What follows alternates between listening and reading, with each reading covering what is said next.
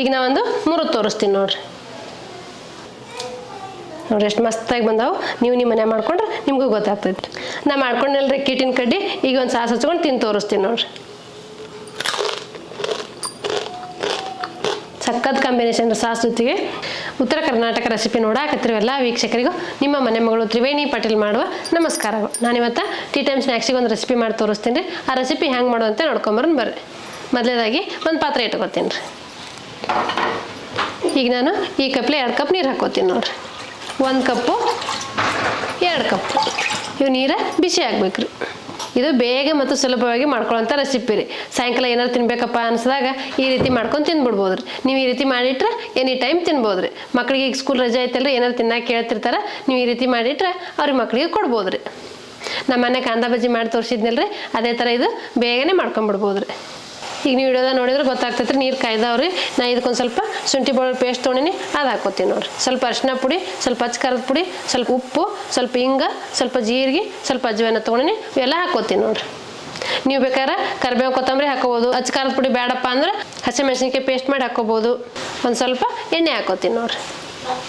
ಈಗ ಇದೆಲ್ಲ ಚಲೋ ಹೊತ್ತಿಗೆ ಮಿಕ್ಸ್ ಮಾಡ್ಕೋತೀನಿ ರೀ. ನೀರಿನ ಜೊತೆ ಮಿಕ್ಸ್ ಆಗ್ಬೇಕು ರೀ. ನಿಮ್ಗೆ ಶುಂಠಿ ಬೆಳ್ಳುಳ್ಳಿ ಪೇಸ್ಟ್ ಬೇಡಪ್ಪ ಅಂದ್ರೆ ಸ್ಕಿಪ್ ಮಾಡ್ಕೋಬೋದು ರೀ. ಈಗ ನೋಡ್ರಿ ಇದೆಲ್ಲ ಚಲೋ ಹೊತ್ತಿಗೆ ಮಿಕ್ಸ್ ಮಾಡ್ಕೊಂಡೇನಿ. ಈಗ ಇದೊಂದು ಕುದಿ ಬಂದೈತಿ. ನಾನು 2 ಕಪ್ ನೀರು ಹಾಕೊಂಡಿಲ್ರಿ, ಅದೇ ಕಪ್ಪಲ್ಲಿ 1/2 ಕಪ್ ಅಕ್ಕಿ ಹಿಟ್ಟು ಹಾಕೋತೀನಿ ರೀ. ಈ ರೀತಿ ಹಾಕೊಂಡು ಮಿಕ್ಸ್ ಮಾಡ್ಕೋಬೇಕು ರೀ. 2 ಕಪ್ ನೀರಿಗೆ 1/2 ಕಪ್ ಹಿಟ್ಟು ಸರಿ ಹೋಗುತ್ತೆ ರೀ. ಈ ರೀತಿ ಚಲೋ ಹೊತ್ತಿಗೆ ಮಿಕ್ಸ್ ಮಾಡಿಕೊಂಡು ಸ್ಟವ್ ಆಫ್ ಮಾಡ್ಬೇಕಾಗ್ತೈತೆ ರೀ. ನಾ ಈಗ ಹಾಕೊಂಡ್ನಲ್ರಿ, ಇದು 1/2 ಕಪ್ ಹಿಟ್ಟು ಐತೆ ನೋಡ್ರಿ. ಈ ರೀತಿ ಚಲೋ ಹೊತ್ತಿಗೆ ಮಿಕ್ಸ್ ಮಾಡಿಕೊಂಡು ತಣ್ಣಗಾಕಿ ಬಿಡೋಣ್ರಿ. ನೀವು ಅನ್ಬೋದು ಇಷ್ಟು ಉದುರುದ್ರಾಗೈತಲ್ಲಪ್ಪ ಇದು ಅಂತೇಳಿ. ಇದು ಇಷ್ಟು ಉದುರಿದ್ರೆ ನಾನು ಮಿದ್ಕೊಂಡಾಗ ಸರಿ ಹೋಗುತ್ತೆ ರೀ. ನಿಮ್ಗೆ ಭಾಳ ಗಟ್ಟಿ ಅನಿಸಿದ್ರೆ ಸ್ವಲ್ಪ ತಣ್ಣೀರು ಹಚ್ಕೊಂಡು ನಾದ್ಕೋಬೋದು ರೀ. ಇದು ಕರೆಕ್ಟ್ ಹದ ಬರ್ತೈತೆ. ನಾನು ನಿಮಗೆ ಮಾಡಿ ತೋರಿಸ್ತೀನಿ ರೀ. ಸ್ವಲ್ಪ ತಣ್ಣಗಾಗಲ್ರಿ. ತಣ್ಣಗಾದ ನಂತರ ಮಿಕ್ಸ್ ಮಾಡ್ಕೊತೀನಿ ರೀ. ಈಗ ಸ್ಟವ್ ಆಫ್ ಮಾಡಿ ತಣ್ಣಗಾಕಿ ಬಿಡ್ತೀನಿ ರೀ. ಈಗ ಇದ್ರಾಗೆ ಬಿಟ್ಟರೆ ಬೇಗ ತಣ್ಣಗಾಗಲ್ರಿ. ನಾನು ಒಂದು ಪರಾತಿಗೆ ಹಾಕೋತೀನಿ ನೋಡಿರಿ.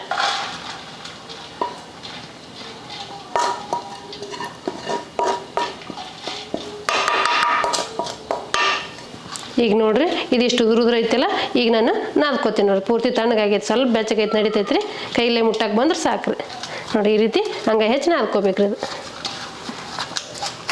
ನೋಡ್ರಿ ಈ ರೀತಿ ನಾದ್ಕೋಬೇಕಾಗ್ತೈತೆ ನೋಡಿ. ನಾನೇ ನೀರೇನು ಹಚ್ಚಿಲ್ಲ, ಹಂಗೆ ನಾದ್ಕೊಂಡೇನಿ ನೋಡ್ರಿ. 1 ಕಪ್ ಅಕ್ಕಿ ಇಟ್ಟಿತ್ತಂದ್ರೆ ಬೇಗ ಮತ್ತು ಸುಲಭವಾಗಿ ಯಾರು ಬೇಕಾದರೂ ಮಾಡ್ಕೊಬಿಡ್ಬೋದು ರೀ. ಇದಕ್ಕೆ ನೀವು ಕರಿಬೇವು ಕೊತ್ತಂಬರಿ ಸಣ್ಣ ಕಟ್ ಮಾಡಿ ಹಾಕೋಬೋದು. ನಾನೇನು ಹಾಕ್ಕೊಂಡಿಲ್ಲ ರೀ, ಹಂಗೆ ಮಾಡಾಕತ್ತೀನಿ ನೋಡ್ರಿ. ಇದೆಷ್ಟು ಉದುರು ಇತ್ತಲ್ರಿ, ನೋಡ್ರಿ ಈ ಹದ ಬಂದೈತೆ ನೋಡ್ರಿ. ನಾನೇ ನೀರು ಹಾಕಿಲ್ಲ, ಈ ಹದ ಬಂದೈತಿ. ನಿಮ್ಗೆ ಭಾಳ ಗಟ್ಟಿ ಅನಿಸಿತ್ತಂದ್ರೆ ಒಂದೇ ಒಂದು ಹನಿ ನೀರು ಹಾಕ್ಕೊಂಡು ಹಾಕೋಬೋದು ರೀ. ಗಟ್ಟಿದ್ದರೆ ಒಳ್ಳೇದಿರಿ ಇದು. ಈಗ ನೋಡ್ರಿ ನಾನು ಹಾಕ್ಕೊಂಡೇನಿ, ಈ ಹದ ಆಗೈತಿ. ನೀವು ಯಾವ ಸೇಪಲ್ಲಿ ಬೇಕು ನೋಡ್ಕೊಂಡು ಆ ಸೇಪಲ್ಲಿ ಮಾಡ್ಕೋಬೋದು. ನಾನೀಗ ಚಿಕ್ಕ ಚಿಕ್ಕದಾಗಿ ಉಳ್ಳಿ ತೊಗೊಂಡು ಈ ರೀತಿ ಹೊಸ್ಕೋತೀನಿ ನೋಡ್ರಿ. ಈ ಸೈಜಲ್ಲಿ ಹೊಸಿತೀನಿ ರೀ. ತೀರಾ ದಪ್ಪನೂ ಬೇಡ, ತೀರಾ ಸಣ್ಣನೂ ಬೇಡ. ಈ ಸೈಜಲ್ಲಿ ಹಚ್ಕೊಂಡು ಸಾಕ್ರಿ. ನಿಮ್ಗೆ ಎಷ್ಟು ಉದ್ದ ಬೇಕು, ಎಷ್ಟು ಸಣ್ಣ ಬೇಕು ನೋಡ್ಕೊಂಡು ಮಾಡ್ಕೊರಿ. ನಿಮ್ಗೆ ಭಾಳ ಉದ್ದ ಅನಿಸಿದ್ರೆ ಹಿಂಗೆ ಕಟ್ ಮಾಡಿ 2 ಭಾಗ ಮಾಡ್ಕೊರಿ. ಈ ಸೈಜಲ್ಲಿ ಮಾಡ್ಕೋಬೋದು ರೀ.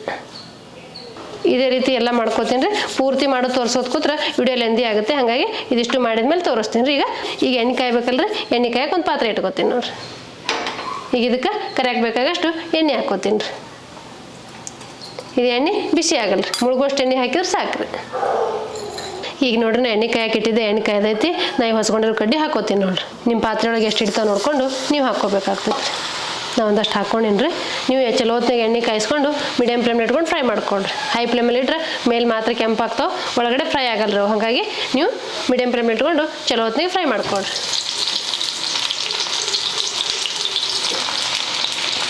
ಮುಳುಗೋಷ್ಟು ಎಣ್ಣೆ ಹಾಕಿದ್ರೆ ಇವು ಮಸ್ತಾಗಿ ಫ್ರೈ ಆಗ್ತಾವೆ. ಇವು ಪೂರ್ತಿ ಗುಳು ಕಡಿಮೆ ಅದು ಅಂದ್ರೆ ಇವು ಫ್ರೈ ಆಗ್ಯಾವ ಅಂತ ತರ್ತಾರೆ. ಈಗ ನೋಡ್ರಿ ನಾವು ಬಿಟ್ಟಾಗ ಗುಳು ಎಷ್ಟಿದ್ದು, ಈ ಗುಳೆಲ್ಲ ಕಡಿಮೆ ಆಗತ್ತಾವೆ.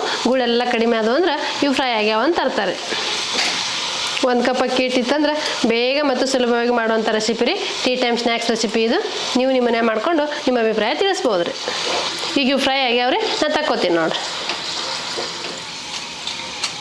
ನೋಡ್ರಿ ಎಷ್ಟು ಕ್ರಿಸ್ಪಿಯಾಗಿ ಬಂದ, ನಿಮ್ಗೆ ಸೌಂಡ್ ಕೇಳಿಸ್ಕೊಂಡ್ರೆ ಗೊತ್ತಾಗುತ್ತೆ ನೋಡ್ರಿ. ಇದೇ ರೀತಿ ಮಿಕ್ಕಿದ್ದೆಲ್ಲ ಫ್ರೈ ಮಾಡ್ಕೋತೀನಿ ರೀ. ನಾನು ಸುಮಾರು ನಮಗೆ ರೆಸಿಪಿಗಳು ಟೀ ಟೈಮ್ ಸ್ನ್ಯಾಕ್ಸಿಗೆ ಮಾಡೀನಿ ರೀ. ನೀವು ಒಂದ್ಸತಿ ನನ್ನ ಚಾನಲ್ಗೆ ಹೋಗಿ ನೋಡಿಕೊಂಡು ನಿಮ್ಗೆ ಯಾವ ರೆಸಿಪಿ ಬೇಕು ನೋಡ್ಕೊಂಡು ಮಾಡ್ಕೋಬೋದು ರೀ.